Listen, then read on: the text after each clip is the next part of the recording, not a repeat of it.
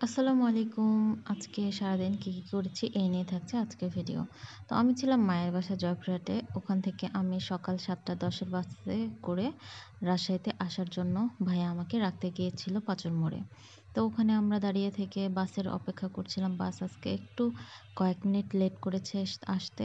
তো আমরা দাঁড়িয়ে থেকে বাসের জন্য ওয়েট করছিলাম কখন আসবে। আমি তো ভেবেছিলাম বাস চলে এসেছে। বাস চলেই এসেছে গল্প করতে করতে। তারপরে এই তো আমি রাজশাহীতে চলে এসেছি। আমার কলেজে কাজ থাকায় আমি একদম সকালের বাসে করে রাজশাহীতে চলে আসি। তারপরে বাসায় এসেই জাস্ট ফ্রেশ হয়ে কলেজে চলে যাই বান্ধবীর সাথে। আমার কিছু কাজ ছিল আর্ন কার্ডের জন্য।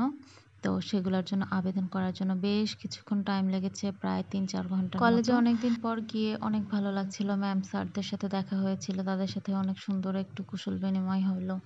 সবার ভালো-মন্দ জিজ্ঞেস করছিলাম। তারপরে এই তো মেইন কাজ যেখানে সেগুলা রেডি করছিলাম। কাগজপত্র সব রেডি করে আমরা কনফারেন্স রুমে বসেছিলাম। এই তো অনেকদিন পর কনফারেন্স রুমে বসেছি আসলে।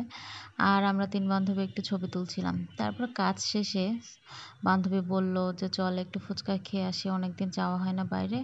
তো আমি ভাবলাম যে হ্যাঁ, যাই, ভালো লাগবে একটু।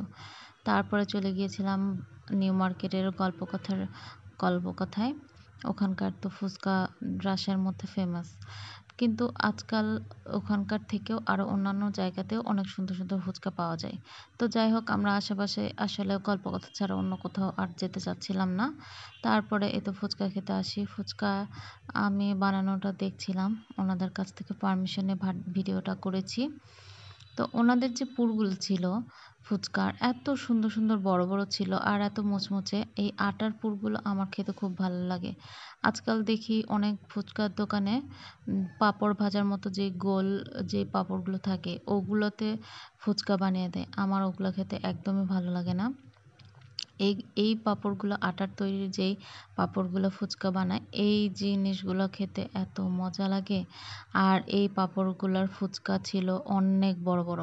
এমনি স্বাভাবিক আমরা রাস্তায় বা ফুটপাতে খেতে গেলে যেরকম দেখি ওরকম না। এটা ছিল তার থেকে ২ গুণ বেশি বড়।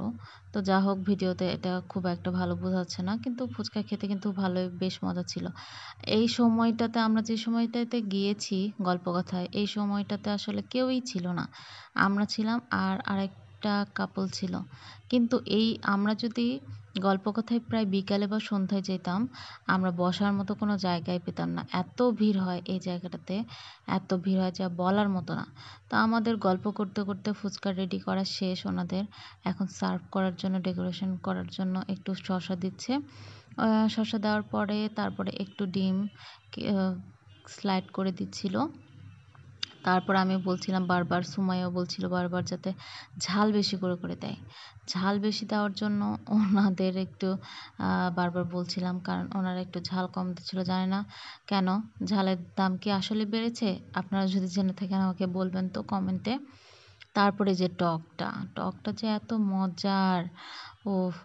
অনেক মজার ছিল টক। তারপরে এই যে ঝাল, কুচি ঝাল অনেকগুলো দিয়ে দিয়েছিল। কিন্তু এগুলা দিয়ে এই কুচি কুচি ঝাল আমাদের দিয়ে কিচ্ছু হয় নাই। আমরা বেশ কয়েকটা খাওয়ার পর তারপরে ঝালও শেষ হয়ে যায়, টকও শেষ হয়ে যায়। তারপরে আবার আমরা সে ঝাল, টক ওনাদের কাছ থেকে নিতে গিয়েছিলাম। তো ওনারা বলছে বারবার কেন ঝাল দিবেন? মানে আসলে আমার তো মনে হয় ঝালের দাম আসলেই বেড়েছে। এই যে আমি ঝাল ঠেসে ঠেসে ওর মধ্যে দিয়ে, তারপরে এই যে একটু টক দিয়ে, একটু না ২-৩ চামচ টক দিয়ে, তারপরে এই যে ফুচকাটা বানাইলাম, এটাতে মুখে দিতে যে এত মজা! আমার তো দেখে এখনই পানি চলে আসছে মুখে। আপনাদের কেমন লাগছে?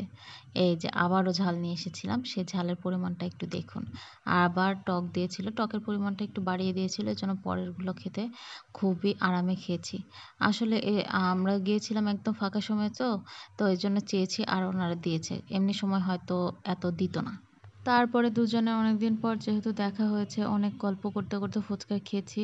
ফুচকা খাওয়া শেষ করে দুজনে একদম সোজা বাসায় চলে এসেছি। আজকের ভিডিও ছিল এইটুকু।